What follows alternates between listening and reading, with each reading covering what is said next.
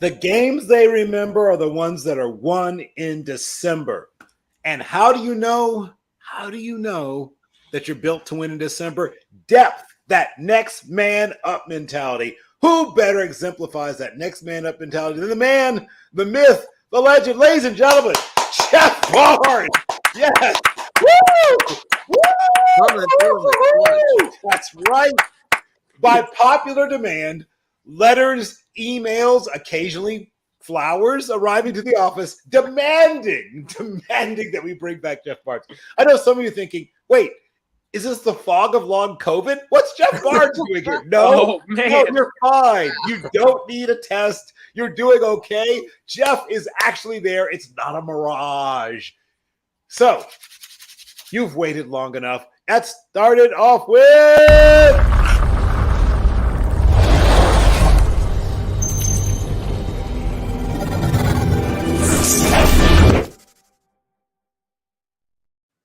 and all the ships at sea. With this wonderful time of year and the warmth that suffuses our homes and fills our spirits, I do want to just say the football world took an L, a big one. I got a chance to sort of follow the career of Mike Leach from his time at BYU. Obviously, he worked for Hal Mumme at Iowa Wesleyan, where they sort of concocted what we now call the air raid offense, which is simply West Coast offense on methamphetamine. And they took a lot of this very solid, sort of almost old school football principles, sped them up, spread them out, and they changed the world of football together. Dana Holgorsen, the aforementioned Hal Mumme, and of course, the clown prince of coaching, Mike Leach. I watched his career from its very beginnings. I sent out to some of my friends the by now world famous, or should be world famous, fake play sheet story from the Red River rivalry, where he literally ran a psychological operation against the Texas coaching. I mean, who else but Mike Leach would, first of all, put in the work to put together an entire fake call sheet that was so detailed that no one believed it could be fake? Because they said to themselves, nobody's going to put this kind of work into a fake call sheet. It's too good. I mean, these were plays that would have gashed them. They're like, oh my God, these plays are dynamite. These have to be real. Oh, contraire, mon frere. So I don't know where you are, what you're doing, but one, talk to people that you love and that love you as often as you can, because you don't know how long. My father, my late father, used to say, son, don't take life too permanent, because it's not, don't take life too serious. It's not permanent anyway. But, and my own father, right? Just like that, massive coronary. So it's important to remember, and I love you guys, right? I'm not afraid to say it. So with that being said, once again, a little tribute to Brock. Let's do a show, kids. So looking at the, once again, the sensational and popular segment, Mas o Menos. We're into a special Mas o Menos Chiefs edition. So I will start with our very special guest. I will start with Jeff. Do you believe that the Chiefs will have 2 or more losses? In other words, the number of losses they have now, plus dos más. Will they have 2 or more losses the rest of the season? Mas or menos? Skipping the holiday gift. Oh, boy. You may be muted, Jeff.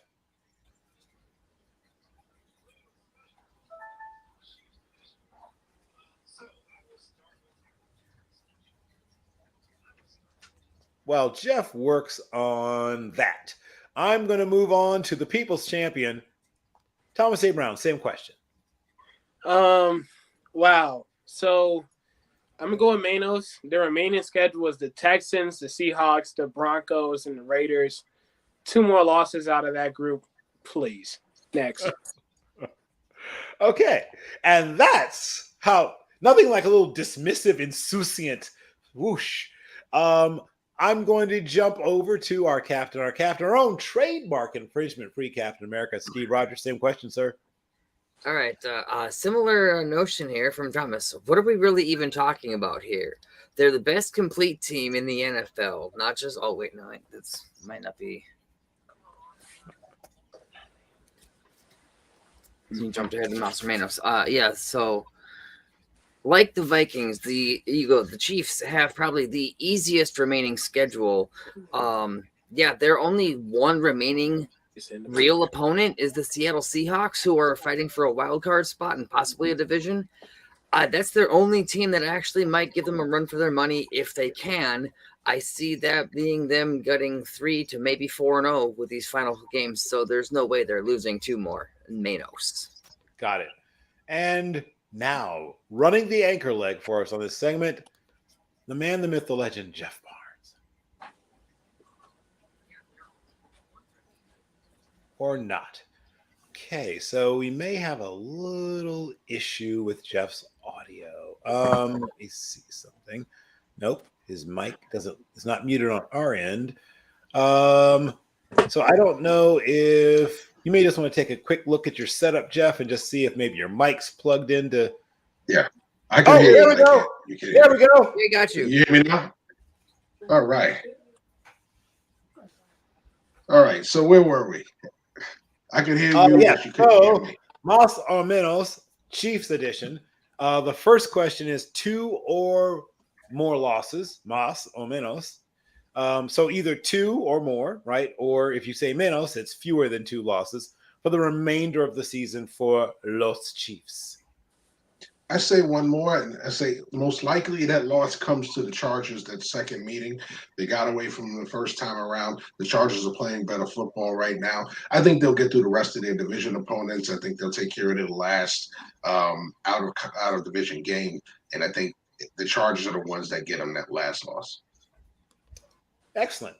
Now, since Jeff is new, I will not penalize him for not saying más or menos, but he will do that on the next question because I'm going to stick with him and ask him the next question. So, sticking with más o menos, Chiefs edition, Los Chiefs, Mr. Travis Michael Kelce, who I think might be the best tight end in football, certainly one of the best, if not the best.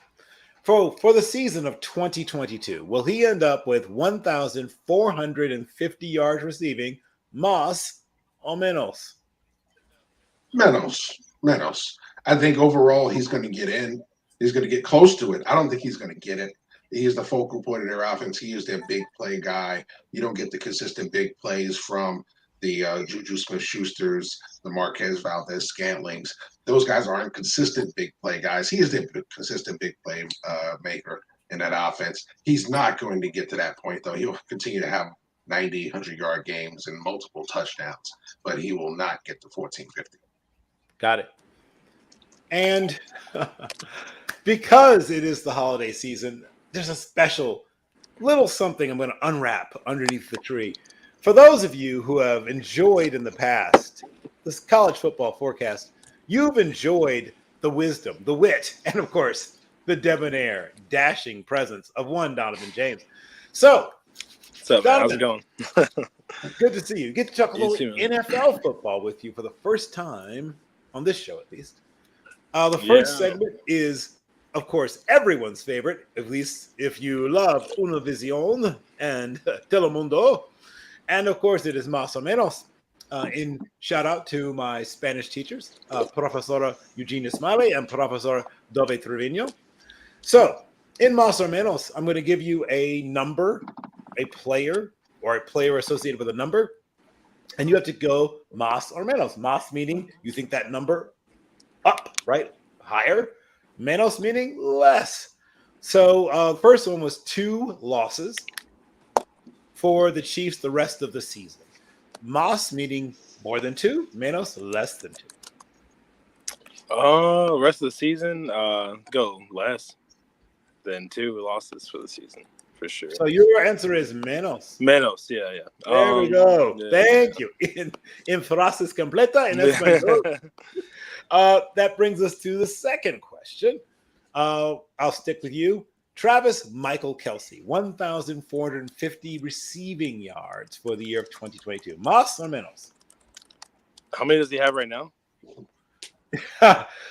He's about 1,100 right 1,000, 1,039. Yep. And how many did you say? Sorry, excuse me. The total is 1,000. So the question is más or menos for 1,450. Moss. Okay. Go big or go home. And I'll stick with you for the third question, and then I'll swing back to everybody else. And Isaiah Pacheco, the dynamic rookie from the Rutgers. And of course, his name is Pacheco, so he'd love this segment. Mas or menos, 750 rushing yards for 2022 for Isaiah Pacheco. 750 rushing yards. Mas or menos. Yeah, definitely Moss. Okay. You're a positive person. I'm going to. I just like. The Chiefs are just. I won't count them out as far as yards, and touchdowns, and stuff like that goes. And winning. You know what I mean? So they are winning. Yeah. They do that. I'm going to jump over to our captain. The next two questions. So the first one is Travis Michael Kelce, 1,550 yards, Mas or menos. And the second one is Isaiah Pacheco, 750 yards rushing, 2022, Mas or menos. All right, yeah. So I feel like however I answer this, the reality is going to be the opposite of what I answer. But I think Travis still has one or two monster games. I think they're going to obliterate the Texans this weekend, and I think he's going to have a huge game. And I think, like I said, they're going to have to battle with Seattle, who's actually trying to fight for their season. So I think they're actually going to have a tough game there. So they're going to need to rely on Kelce, and he's going to have to come up big. I don't know that he actually gets over 1,450. I think he gets like right around that. So I'm going to have to say Manos. Gotcha. And it's then, a big number. For Pacheco, yep. I think I am actually on the opposite of that train. I'm going to go with the Mucho Grande Mas. Ooh. I believe well played. Not only is he going to clear 750, I think he flirts with 950 and maybe even 1,000 yards. Woo! If you're right, Steve, you're going to be tough to beat next time we have a show. I'm going to let the people's champion, Thomas A. Brown, same two questions. 1,450 yards receiving for Travis Michael Kelce, Mas or menos, and 750 yards rushing for Isaiah Pacheco, Mas or menos. You love Travis Kelce. I love Travis Kelce. Patrick Mahomes loves Travis Kelce. Andy Reid loves Travis Kelce. The ladies love Travis Kelce. Everyone loves Travis. He's married, guys. Okay, let's just establish that. And that stops them win. Anyway, that is a bigger win. Anyway, I'll go with Manos. I think he gets right under with 1,375. I think the fact that the last two games are divisional opponents is stingy defenses towards the end of the year, which will make it very challenging for him to get it. But I do think he has big games against Houston and Seattle, but I don't think it'll be enough for him to get over 1,450. So I'll say Manos for that. And then for Pacheco, I'll go with Moss. I'll say he goes slightly over with 763 or higher. Nothing too crazy, because they're going to establish that pass going into the playoffs. So, got it. Did you get a chance to answer the last two, Jeff? I answered the Kelce question. Not the last one, right? But I didn't get the Pacheco question. Right. Right. So the Rutgers graduate, Isaiah Pacheco, 750 yards rushing, Mas or menos. Now, I think he's just going to get this. So I'm going to go Mas on this. And the only reason why I think he is their one, other than McKissick, who does get some carries, a little bit less, I think he's the most explosive back that they have.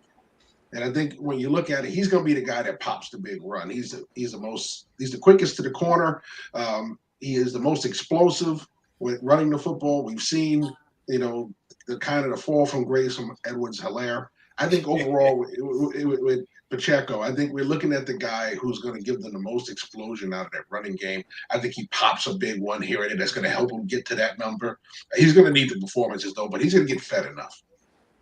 Excellent. And I've always thought that if they ever found balance, like if they have found a real running game with big plays coming in the running game, that's going to be a tough team to defend. They're a tough team to defend now. But if they truly develop a real running game, yikes! So, thinking of things that could be big, could be explosive. Baby, you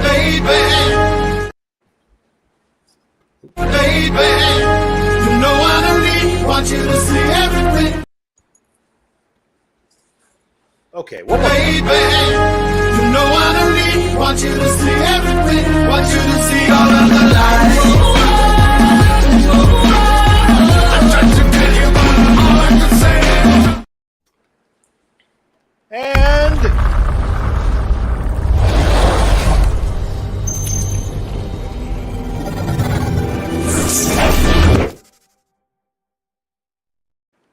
popular second quarter begins. We're going to take a look at a segment that is near and dear to the heart of my college football forecast co-host, who could not be with us. But Brock Vieira loves nothing better than celebrating the art of dots to the ops. And for those who are unfamiliar with the vernacular, that means that you are providing a distinct and decisive advantage to your own opponent. You are making it very much possible that you are going to be the means of your own demise. You are putting your own head in the noose. So I'm going to start with the people's champion, Thomas A. Brown. In the past week of pro football, who do you think best exemplified the spirit of dots to the ops? Okay, I'm in a much lighter mood than last week. So Matt Ryan, this does not go to you. But I do have two guys that I want to take a look at, because boy, oh boy, does it get any worse than this? I'm gonna start off with Tua. The fact that your first half started off with 3 for 17, backups don't even do that. That's insane. Especially going against the Chargers defense that didn't have Derwin James in the secondary and backup corners all over the place. Not encouraging to me.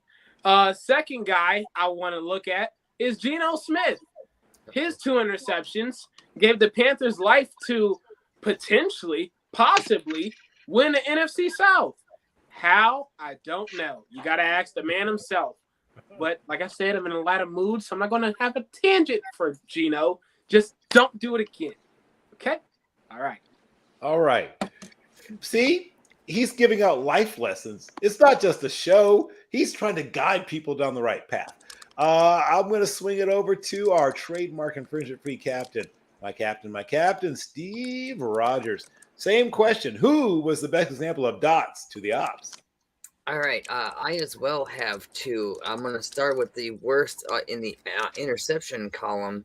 One of the 2 of his interceptions I saw was one of the worst I think I've ever seen, and it was by none other than the GOAT himself, Tom Brady. Those 2 interceptions were not good, and they did not help his team at all. And in fact, I think they did lose that game. So, yeah, that was my first one. And then my second one actually is a little bit out of the context, but I think it still fits. I'm going with the entire defensive schematic theory of pass coverage for my own Minnesota Vikings. Shoot. That has got to be the worst idea. I mean, that first touchdown of Williams, no one was within 15 yards of him. He was just wide open, wandering open fields like a cow grazing in the pasture. I don't know what they're doing. Well, that makes 2 of you, because neither do they. And I like the way you undersold it. I think they lost that game. About 4 minutes into the third quarter, they cut away from that game to another game, Steve. So yes, you could say they lost it. That would be putting it very nicely. You are in the holiday giving spirit. That brings us now to Mr. Donovan James. You are familiar, obviously, with dots to the ops. Yeah. At least the theory, if not the game itself. Who was the worst, the most egregious, heinous example of dots to the ops? I'd probably say Geno Smith the past couple weeks, and then I'd probably say Tua Both been struggling a lot. I won't take a shot at the Vikings because I like Steve. I read his stuff. He's good. I'm a Packers fan. Anytime I get a shot at taking Vikings, I will, but I'm not going to do it this time. But I'll say Geno Smith, and I would say Tua. Especially Geno Smith to me. I mean, that was definitely his worst game of the year, I would say. I mean, he's a comeback player of the year, I would say, so far. But, that game was just disappointing for sure, especially when Sam Darnold was taking care of the ball so well. I know he didn't do too much, but, I mean, he took care of the ball really well. So it was kind of disappointing. But they're still in the hunt, like somebody previously mentioned before. So they're not out of the playoff picture or anything, but they're right in the thick of it. So I expect to see him bounce back, though. I like Geno Smith a lot. So I think he'll bounce back. That was definitely the worst game of the season, though. Yeah.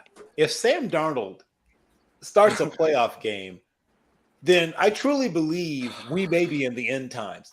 Okay, that brings us down to. Hey, man. Shout out to my boy Sam countdown. Darnold. That brings us to Jeff Barnes. Jeff, you are now familiar with the concept of this particular segment, Dots to the Ops. Who did the most to do the least? Who did the most dirtiest, down doggiest, worst to their own team and helped their opposition the most? Well, let's jump back up to the NFC East. And Thomas Brown has that banner hanging behind him. Well, they just beat up on an opponent with a quarterback named Daniel Jones. Now, just a few weeks ago, this team was the belle of the ball. They were talking about how great they were. They were competing for a playoff spot. They were years ahead of schedule. Daniel Jones was playing great.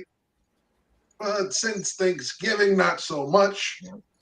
Especially against you had the Eagles this week. Great chance to climb back into the race for the NFC East. Great chance to probably chase down the Cowboys if they struggle down the last stretch of the season to jump into a higher seed in the playoffs. And boy, oh boy, not only did the team stink, but he stunk it up when you needed him the most. They were out to stop Barkley and said, trust us, trust that we trust that you can't beat us with your arm. And that's exactly what happened. There you go. For a neophyte, you perfectly executed the assignment, as the kids would say. Well done. Well done. Well done. So let's take a quick look at another super popular segment sweeping the nation. I wish I had like the mad money, like woo, woo, woo. So we're going to play buy, hold, sell. And for those of you who don't play the markets, who aren't deeply invested in crypto, what we're going to do right now is we're going to look at a player as if they were a stock, right? And a buy means you got to have more of it in your portfolio. You're going to build, right, assets around this particular player, right? Because a strong buy is a player that you are going to define your franchise with. A hold, that's a player you want to have. You don't need more than you have, but you have that player and you want that player. You like that player, but you don't need to invest any extra. Sell means, oh boy, right? It's the end of trading places, right? It's you try to fight your way onto the floor, right? Because you got to get out. You got to get out, right? Oh, Mortimer. Okay, so I'm going to start with Jeff. So I'm going to give you a list of players. I want you to pick at least one that you believe is a buy from the list, one that you believe is a hold, and one that you believe is a sell. And I will go through this list twice just to make sure. The first one is Vaughn Christian Bell, of course, the safety, Ohio State by way of, well, now Cincinnati. Jacoby Jawan Brissett, who is currently a backup. I think not permanently a backup, but I'm just going to, that's for another show. But Jacoby Jawan Brissett. Also, Allen Rashawn Evans. We know him as Rashawn, but his actual birth name is Allen Evans, linebacker, Alabama. Well, not Alabama anymore, but from Alabama. Jared Thomas Goff, who's been discussed on this show in the past. Also, Damian Harris, New England, also by way of Alabama, another Alabama prospect. Not a prospect anymore. He's a player now, Bill. Graduate. Also, Folosade Olokun, who I was a huge fan of when he was at Yale. Emory Hunt, shout out to Emory Hunt. And I used to like have our little love fest, and everyone was like, who are you talking about? But the two of us used to like all babble about him. Draft Twitter, you remember. And then Rashad Armin Perry, not Perry, Bill, Penny, Rashad Penny, who broke actually some of Marshall Faulk's not total offense but rushing records at San Diego State. Yeah. Yep. And Jamal Malik Williams to bring it on home. So you don't need to go through the whole list. You just need to find at least one player that you believe is a buy that you want more of. One that you think is a hold. This, want him on my team, good player, don't need any more. And then a sell is, once again, I got to cut my losses. Von Bell, Jacoby Brissett, Rashaan Evans, Jared Goff, Damian Harris, Folasade Olakun, Rashawn and Rashad, too close to name. Rashad Perry, and I did it again. Rashad Penny and Jamal Williams. All right. Well, the real easy buy is Jared Goff. I mean, just after the trade from LA, everybody had him on the trash heap. But all of a sudden, he's leading a resurgent Lions team right now. All of a sudden, he's hot again. He's playing very well. He's got a lot of young receivers, and they're all starting to come together. It's all starting to come together. As George Papard used to say, the plan is coming together in Detroit. So give him credit. He's playing very well. The receivers are playing, helping him look good. The running game is phenomenal right now. It's only going to get better. So if I'm buying anybody right now, it's Jared Goff. If I'm going to hold on anybody, it's Jacoby Brissett. And it's because here's a guy who just made himself a lot of money and very good. How did he do that with a Cleveland team that struggled? Well, they didn't struggle offensively with him. They put up plenty of points, and their defense blew a lot of leads in the second half of games. So he did the job as a backup, and guess what? He's going to be around for another 10 years backing up quarterbacks because they're going to say, we know we can win games with Jacoby Brissett if something happens to our starter. And the guy I'm selling is the guy we were just talking about who at San Diego State was breaking a lot of Marshall Faulk's records, and that's Rashad Penny. And it's not all Rashad Penny's fault, okay? But last year he came back. He looked like the Rashad Penny that we thought we were going to see in the draft. This was the guy that came out. He was going to light it up, and he's going to be the sure back in that class. And he came out last year with Seattle and started to look like Rashad Penny again. Came back this year, started to have the injury issues again, started to slow down, had a big game, then fell back off. But then Kenneth Walker took over, and that was it. So that's all. That was all you need to see. So now he's going to go from the guy who was having that resurgence is going to fall back down. And to me, I'm going to sell that stock because he's just going to bounce around from team to team. He's probably never going to be a featured back again. He's going to be in a rotation, and I don't think we're ever going to see the Rashad Penny we were hoping to see after this. Yeah, it saddens me a little bit because I was a fan, but I love him as a change of pace back. Pittsburgh. But yes, that brings me now to you know what? I'll jump over to Donovan. Same question from that list I gave, and I'll run through it real quick one more time. Yeah. Von Bell, Jacoby Brissett, Rashaan Evans, Jared Goff, Damian Harris, Folasade Olakun, Rashad Penny, and Jamal Williams. Give me at least one that you want to buy. You want to corner the market. One that you want to hold. Solid player. You love him, but plateaued basically. And then a sell. You just got to get out. I'm gonna buy Jared Goff. I don't want to pick the same person. I don't know the person's name before. I'm sorry, my bad. That was Jeff. Jeff. Yeah, my bad. But definitely Jared Goff. I mean, that's kind of a no-brainer to me. Like, I never gave up on Jared Goff. Bill, I got close ties to Mr. Goff. So I've always been a big fan of Jared Goff, and I think it's definitely overstated. When he got traded, that he was just done and just going to be a quarterback, kind of a bridge quarterback. I think he's the Lions quarterback, of the future. He's still young. He's played really well this year. They're building that team slowly but surely. I mean, obviously the past few weeks have been great. I just think if you watch Jared Goff's interviews and his just demeanor, if you know anything about Jared Goff, he's a competitor. He's going to fight. It might not seem that way, sometimes because he's laid back, blonde hair, California kid, kind of carefree attitude. But that's Jared Goff's a fighter. He's going to fight.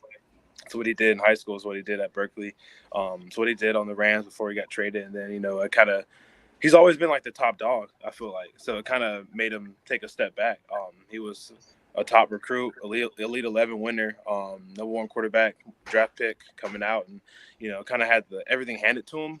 I guess if you want to say that, but I think him going to Detroit, he didn't want to go to Detroit, man.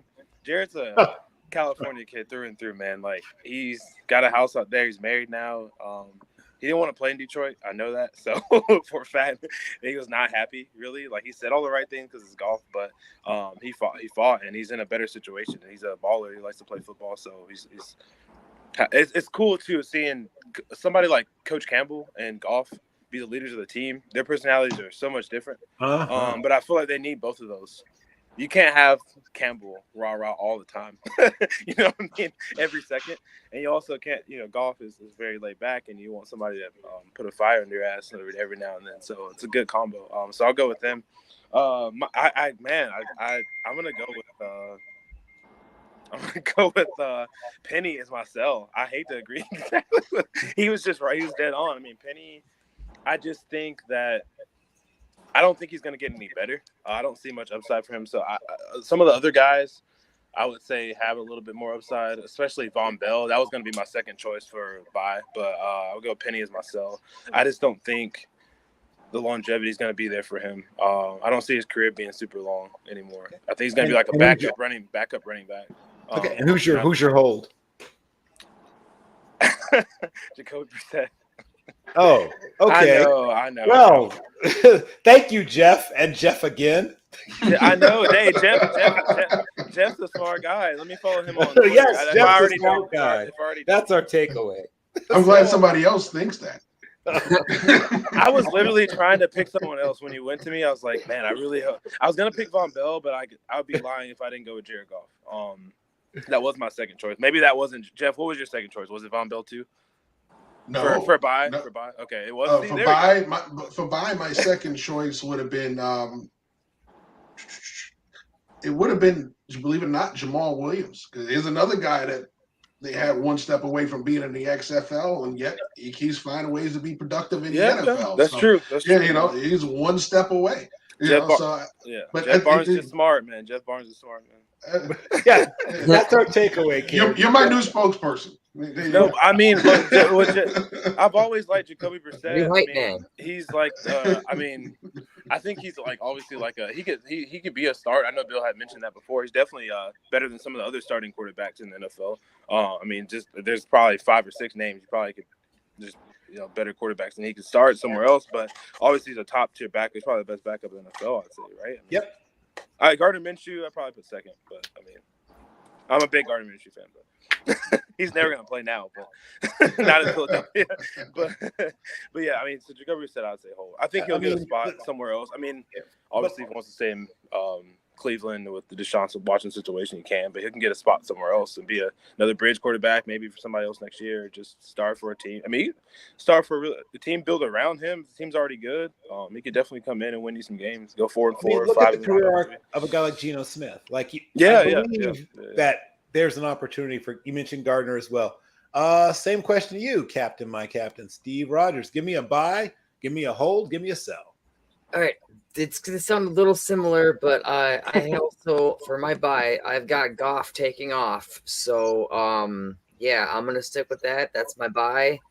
And then for my hold, actually, I'm going to go with his teammate, Jamal Williams, for the similar reasons that were just mentioned.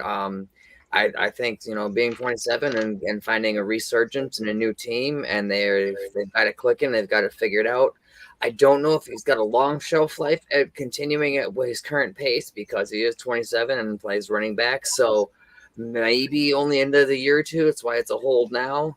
And then for my sell, I'm actually going to go with the popular name here, Jacoby Brissett, not because he's bad, but because his value has increased so much. So you gotta, sometimes you gotta sell out when you get the stock. There you go. That's a guy who knows how to play the market, right? There you go.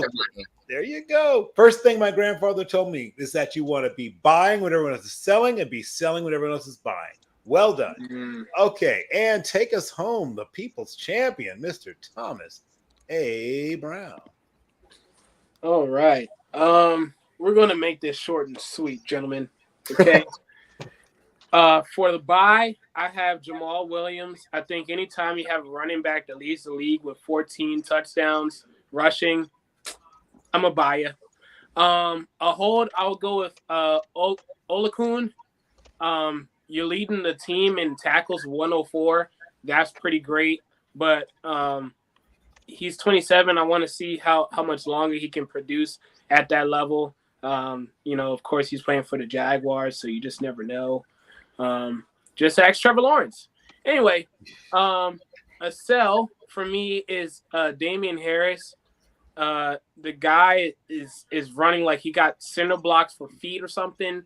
I know the offensive line for the Patriots isn't the greatest, but I mean, Ramondre Stevenson is showing you that if you just give some sort of an effort, you're going to get 5+ yards of carry.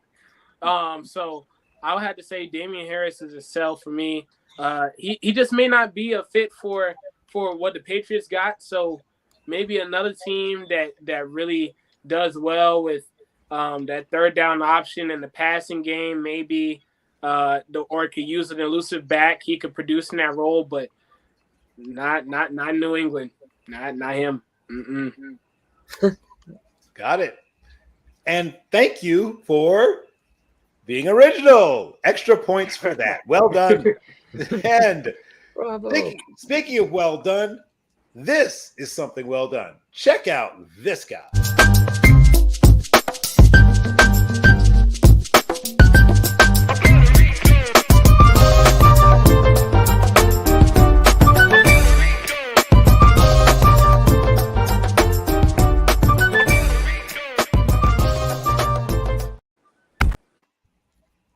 So let's begin the third quarter.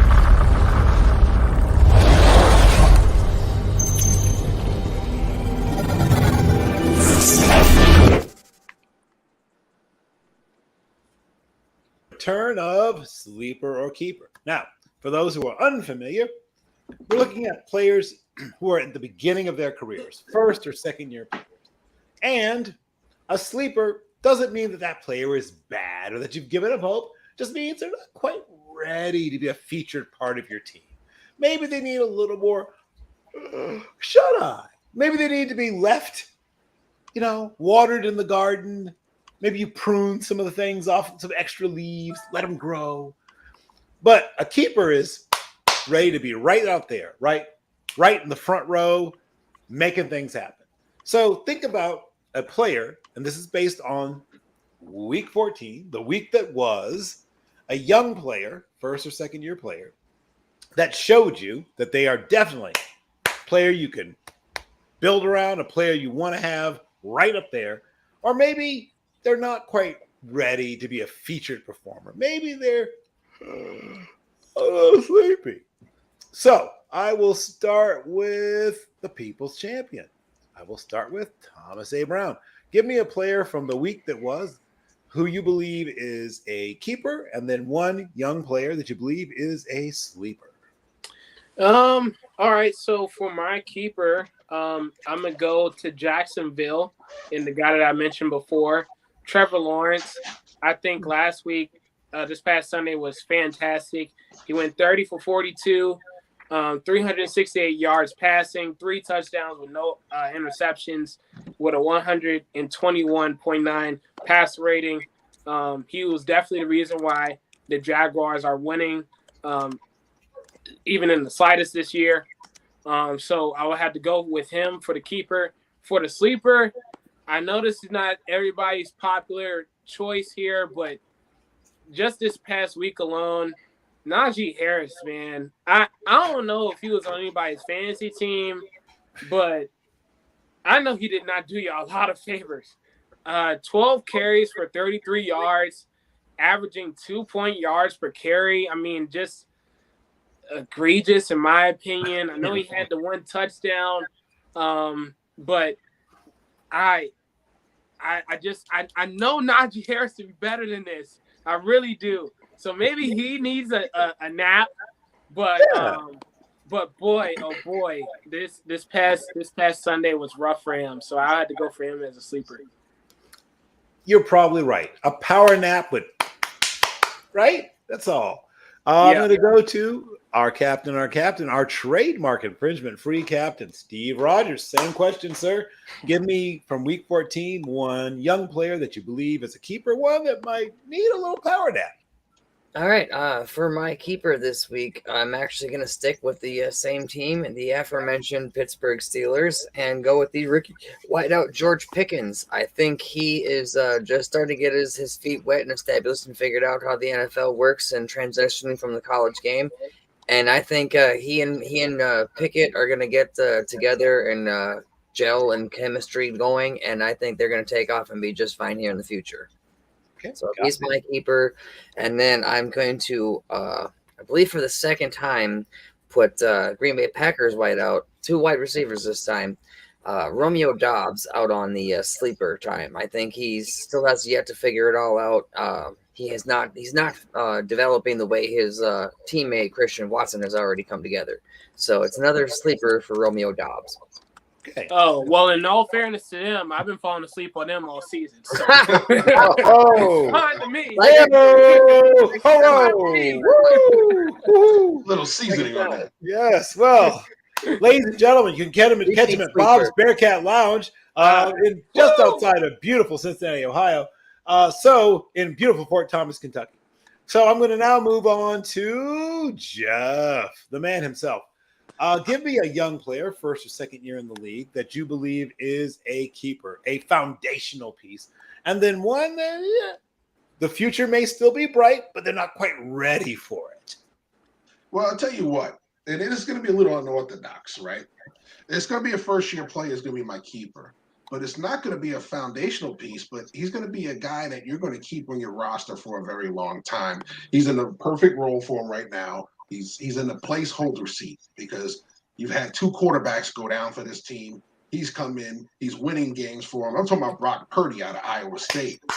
Right? He's a guy that when we had him in the draft, we said, he's a potential backup, not really a long-term starter. And he's fitting that role right now. He's not going to be the long-term starter in San Francisco, but he's going to be the guy that's going to hold it down until they get relevant. that pretty. Yeah, he's looking pretty good now. But of course, the NFL has a way of catching up, so there will be a balance to the equation eventually. But right now, he's doing what he's supposed to do. He's winning games when he came in. Now, my sleeper, and I'm going to get the binoculars out because I'm looking for the people that said this guy was a franchise quarterback. I'm looking for the people that said that Davis Mills is a franchise quarterback. Oh, no. Use the props even. Man. And I'm sorry. Listen, Davis Mills, he had plenty of upside coming out of Stanford, but he never, ever displayed at Stanford that he was a franchise quarterback. People that said he was after a couple of hot games, right, there.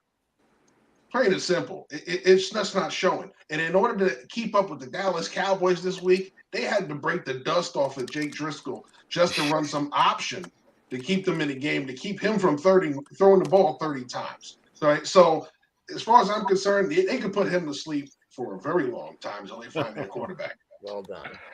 Yes, and for those of you that held on to Jeff Driscoll on your dynasty teams, I guess it was one of those shocks to the system. Like, oh, wait, I still have him.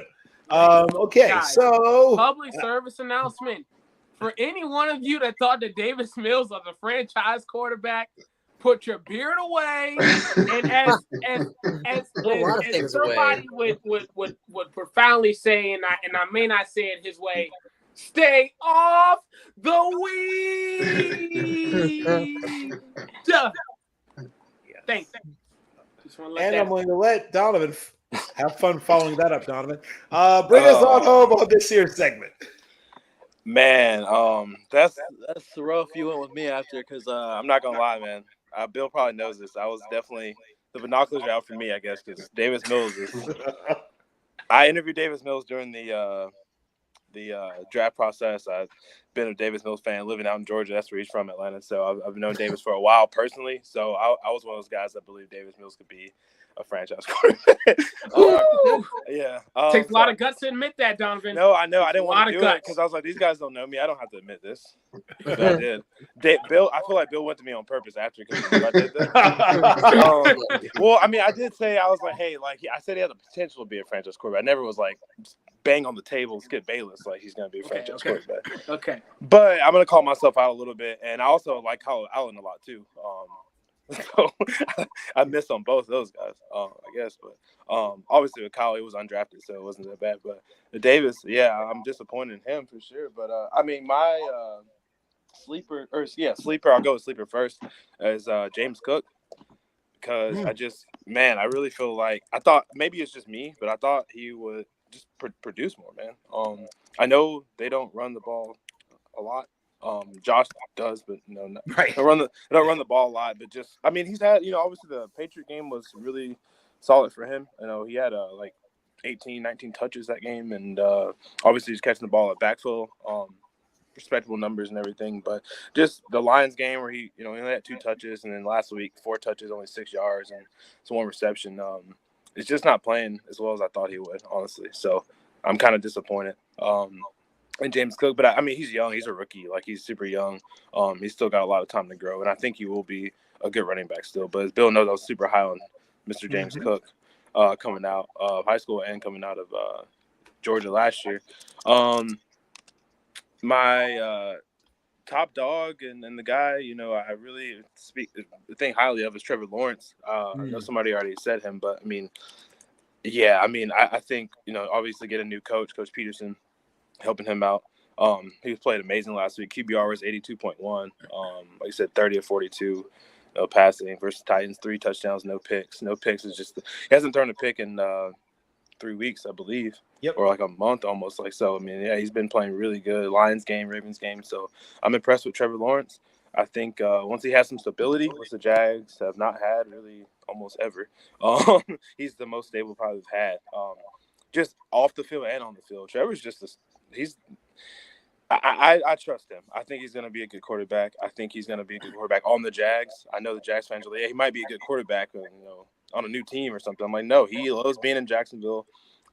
He loves that community, that area, and I think sky's the limit for it. He's 23 years old. They've got some pieces around him, and they'll get some pieces around him in the next couple of years.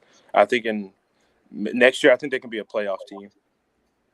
This year, obviously not going to happen, but next year, I think they can be a playoff. Of course, the Pantene Pro V endorsements, everything should be just rolling in for him. Of course, yeah.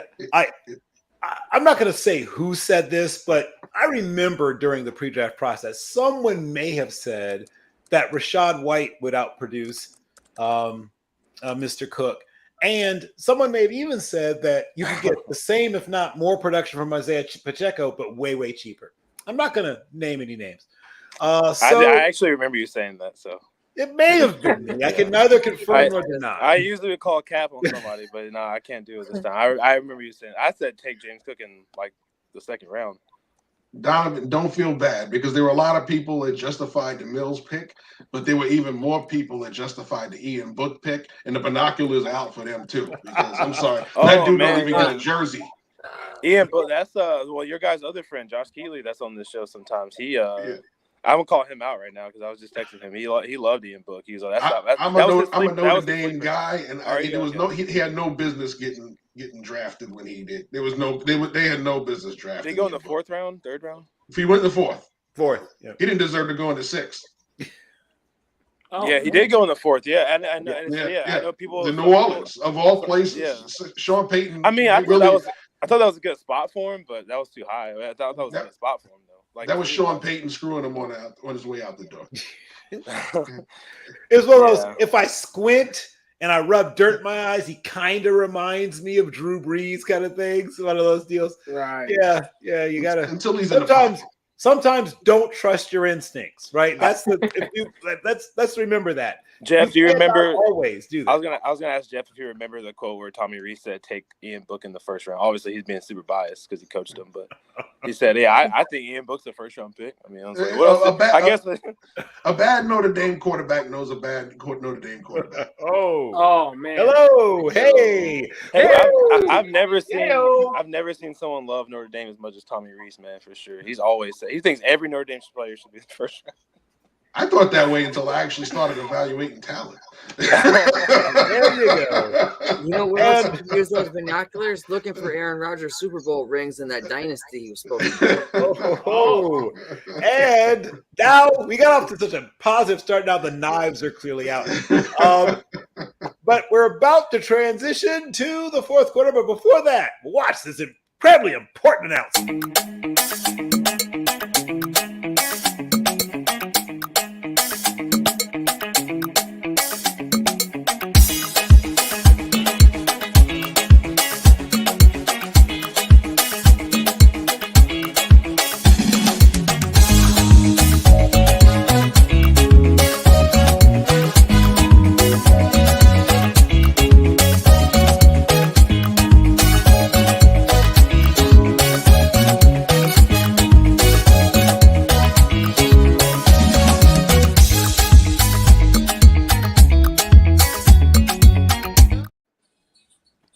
It was good to see Jesper Horsted again, wasn't it? Yes. Hey, guess Not what? playing tight end.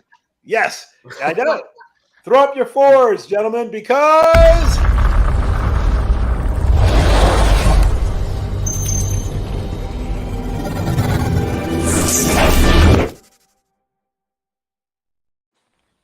quarter.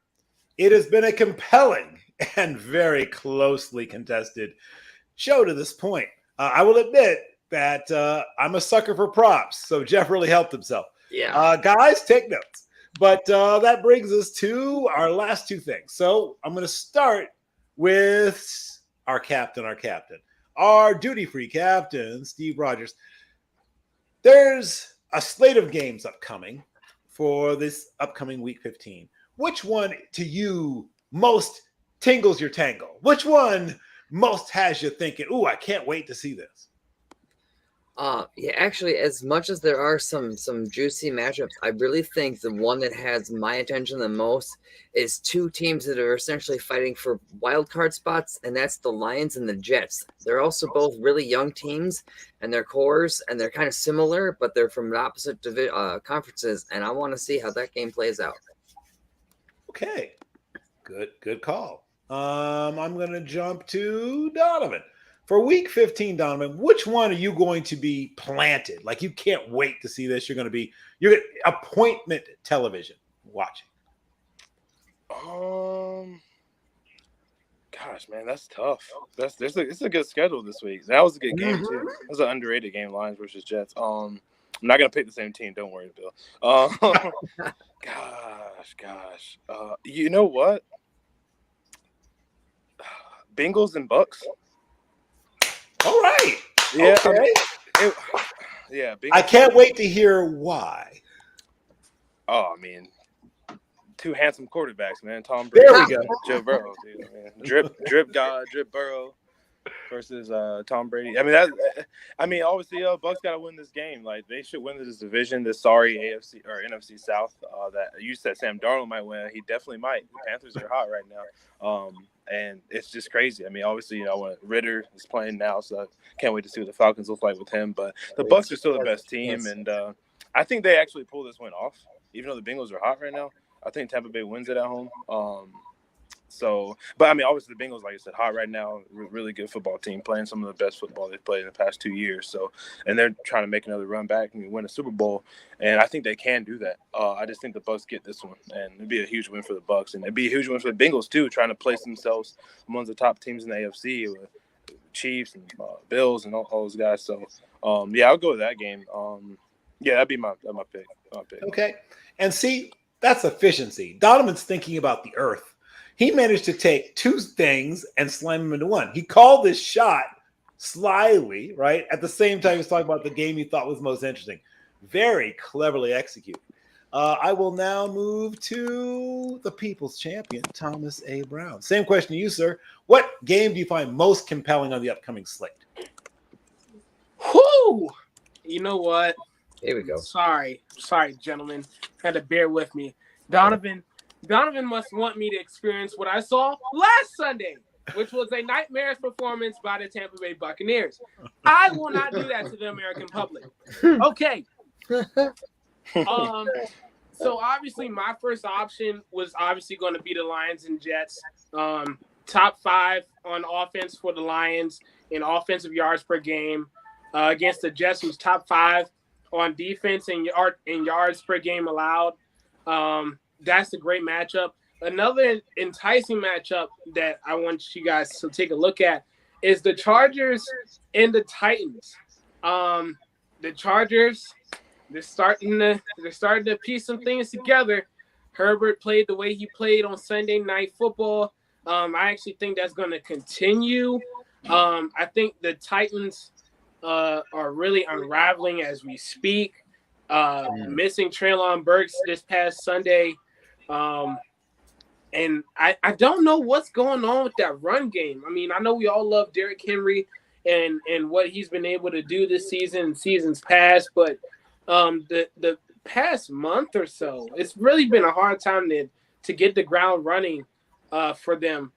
So, but I will say in regards to the defenses, that would be an enticing game. So I'll go with the Chargers and Titans for that one.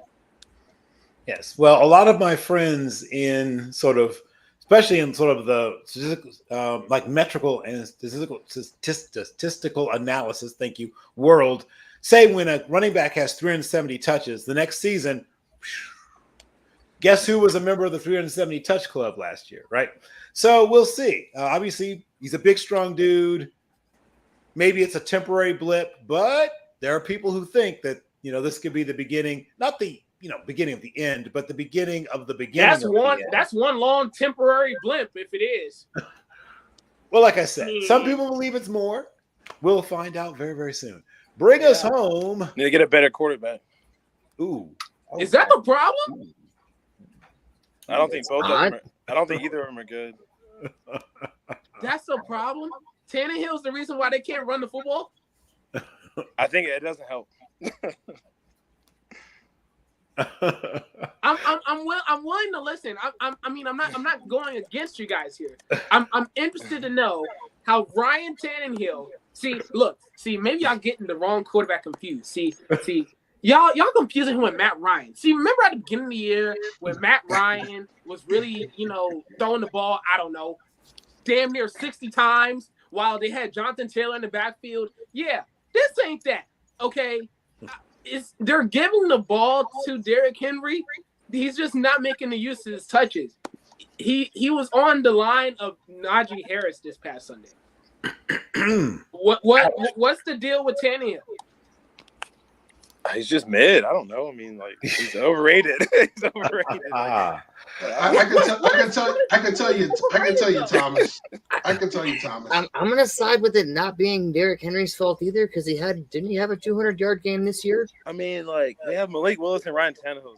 So I don't know. Maybe it's the offensive line that the O line's definitely the O line is pretty beat up. Help me, man. Yeah.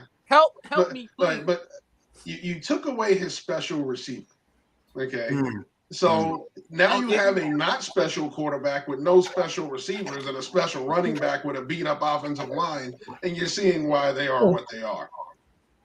Oh, by the way, that's why the GM is unemployed. In case you missed it, for the national audience, AJ Brown is the reason why the Titans GM was fired over the last couple weeks. One of the many. The Eagles are 12-1. Yeah. I just think Jacoby Brissett and Ryan Tannehill are the same quarterback right now, and they're paying Ryan Tannehill a lot of money, man. Yeah. But what I mean, you're saying he's overrated. My thing is he can't make anyone better. What you see with Tannehill is what you get. What you see with Tannehill is what you get. You're not expecting for the man to drop 300 yards, 2 touchdowns. You're not expecting. His little purpose on the field is to hike the ball from the center and say, "Here, Derrick Henry, here you go." That's it.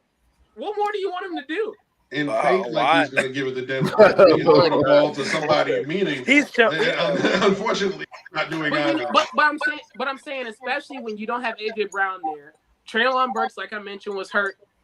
He's been hurt for most of the season, so your options aren't really available to you. The guy with the most targets this past Sunday was I might get this name wrong. Chingazima Okonkwo.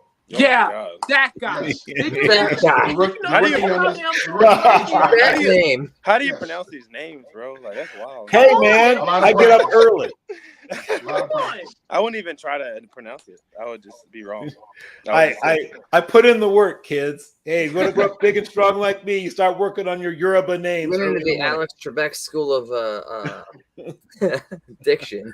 Right. So, as much as I enjoyed that little walk down the trashing of Mr. Tannehill, let's not forget. Well, Donovan may have already done his, but I'll confirm. We're going to call our shots. And Donovan may have already done it, but I'll start with you for the moment, Thomas. Call your shot. Make a boldish but accurate-ish prediction for the next week's worth of game. All right. Brace yourselves for this one, okay? I have the Cleveland Browns upsetting the Ravens this upcoming Saturday slate of games. And I have Donovan Peoples-Jones, wait for it, goes for 9 receptions, 130 plus yards, and 1 touchdown. I'm going to say right now, if you nailed that prediction, Thomas, you are the winner, not just this week, but next week, and I don't know, for the next few weeks. I was close. I was so close on Brock Purdy. Oh, my God. You were very my close. God. You were very close. You actually were. You were a little high, but not way high. Yeah, I wasn't way high, but the way they played, you would have thought I was. Just saying. Yes, gotcha. Mr. Barnes, call your shot, my friend. Well, it seems that, Thomas has inspired me. Oh. So say it with your chest, man. Listen, you had the Malcolm X glasses on, so I got to do this Malcolm X style. So okay, go for it. The bifocals on. More props. I'm putting mine back on. This is interesting. Right. The last time these two teams met, they tied. The Giants and the Commanders. Well, this time there will be no tie. They're both fighting for the wild card. And, of course, we just talked about Daniel Jones. Well, it's going to be a Heineke miracle this time around. The Commanders are going to go in. They're going to take care of business against the New York G-Men and officially take the wild card spot from them. That What's is the miracle? indeed. Heineke is not only a better quarterback than Wentz, he's a better quarterback than Jimmy G. Everyone There's gonna gather be a around winner. your I'm stuck hot on take. Jeff saying there will Yes, be a winner. indeed. I am sold. I'm sold. There will be a winner in week 15 against the Commanders and Giants. I'm sold. Strap me in. I will watch that game. Well, the good news is that he's also predicted gather on your Heineke bush because he's predicted a holiday Heineke miracle. Yeah. Okay, Mr. Steve Rogers, call your shot. All right. I couldn't decide, so I've got 2. My first one, I think the Steelers are going to get it done against the Panthers. And I think the Falcons are going to go to New Orleans and get a W on the road there as well. Oh, okay. Those predictions, while not quite so eerily specific as Thomas's, are pretty spicy. And you also slipped him some pandering, which always helps. Okay, now comes the time when I do some thinking. Hold on.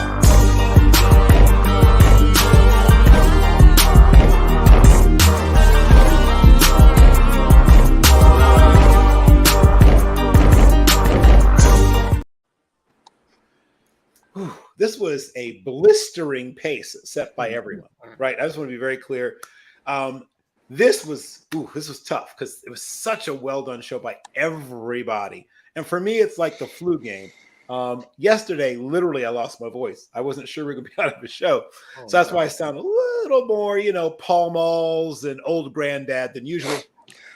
So this was tough, but I have to go with the Gallagher of the show, Mr. Prop Comics himself, Mr. Jeffrey Barnes. Enjoy your moment of triumph as you step on the faces of your opponents with a hobnail boot and break their nose. Oh, I appreciate everybody for having me on. I didn't expect to come out of the bullpen for this one, but nevertheless, it was a great show, guys. I want to say make sure you are watching all of these bowl games, watching for the guys that we will be talking about all spring during the draft show. So it is coming last year live starting in January, the week before the Senior Bowl. We are back. Draft Central in the house. I just want to say this, guys. You guys are great. Thomas, I love the Malcolm X glasses, brother. They really matured you. And definitely, man. Listen, this is going to be fun. I appreciate being on. It's great working with Donovan for the first time. I seen Steve around. Steve is my dude. And listen, man. I'm not used to talking this long, other than being on the show where I'm scripted. So you would get me off the screen now. And because you're the winner, you get to ask for that, and you just give in to you. You get yoinked right off there. I just want to say, like I said, thank you so much, Donovan and Jeff, who just hopped on last minute with little to no preparation and did yeoman's work. Both of you, Buzzer beaters. Indeed, Buzzer beaters for sure. Yeah. Indeed. So I'm going to go around the room and let people tell us where your work can be found and followed. Please, Donovan, I'll start with you. Tell people where they can find your work and follow you, sir, and what do you have coming up? Yeah, follow me on Twitter at Don James Sports. Name remains the same. Follow my work at trojanswire.com, USA Today Sports Media Group. Transfer portal is crazy right now. Obviously, everybody knows. I'm doing that every day, every second, pretty much. Updating the transfer portal for the Pac-12, USC football, and just nationally too. So I'm trying to interview as many recruits as possible for signing day coming up. The first signing day, there's 2 now, obviously. So USC's big signing day will be just next week. So I'm just getting prepared for a lot of interviews with top recruits, and then that's pretty much it, man. That's what I'm doing right now. I appreciate y'all for having me on the show. Hopefully my prediction goes well. I'll come back on the show. Also got the Broncos covering. Put all your mom's insulin money. Isn't that what you say, Bill? Like your grandma's insulin money? I said grandma. You can take grandma's insulin money and put that on that. Yes. Big gonna go Mr. Unlimited. Hopefully he's back. Russell Wilson. I think he's gonna have a big game too. He played good last week. I think the Broncos gonna end the Broncos. Yeah, I know. I hate that. I think the Broncos will end the season actually kind of well, and hopefully next year they'll play better because I had them in the Super Bowl. Oops. Let's ride. There we Let's go. ride. Yeah. Yes. I was all about let's ride and Mr. Unlimited Yes. all year. That. Yeah, but Oh boy. next year. Yeah, Next year. There it is. That's the spirit. Oh, our captain. Tell people what you're up to. And apparently Donovan's a fan of your work. But tell people when they can find and follow your work, sir. All right. I am Steve Rogers. You can find me on Twitter at the real Mr. Rogers 814. All of my work is on teamndsmedia.com. I am writing a weekly preview article for the Vikings each week, and I'm trying to expand and write some other articles as well coming. So look out for those. And I'm also trying to include continuing the Purple Pride podcast. So look out for more episodes of that as well. Excellent. And of course, the prodigal son who has returned, Thomas A. Brown Jr. What are you working on, sir? Where can we find your work and follow you? So obviously my name here, Thomas Brown Jr. You can find me on Instagram and Twitter at _, maybe 1 or 2. Terrific Tom. You see the picture, you know it's me, okay? But I'm also manning the TikTok regime on with Team NBS Media. So give that a follow and look at our videos. We're dropping something every single day. So be on the lookout for that. I'm also here on No Huddle Necessary. You could also find my face here. And we also have our Twitter space that we do every Sunday, recapping the Sunday slate of games around 7 o'clock every Sunday on Twitter. So if you don't see my voice, you'll hear my voice on that day. So that's where you'll find me. That's where you'll hear from me. And that's where you could reach out to me. Excellent. Well, once again, I do want to thank you all for your attention. All of you, thank you so much for your time and your talent. It has been a real pleasure. And we are OUT out. And I would normally play the outro, but I don't know where it went. So our outro apparently has disappeared. We're rebranding. New ones are coming. Yeah, trust me. There you go. So everyone, just say it with me. Do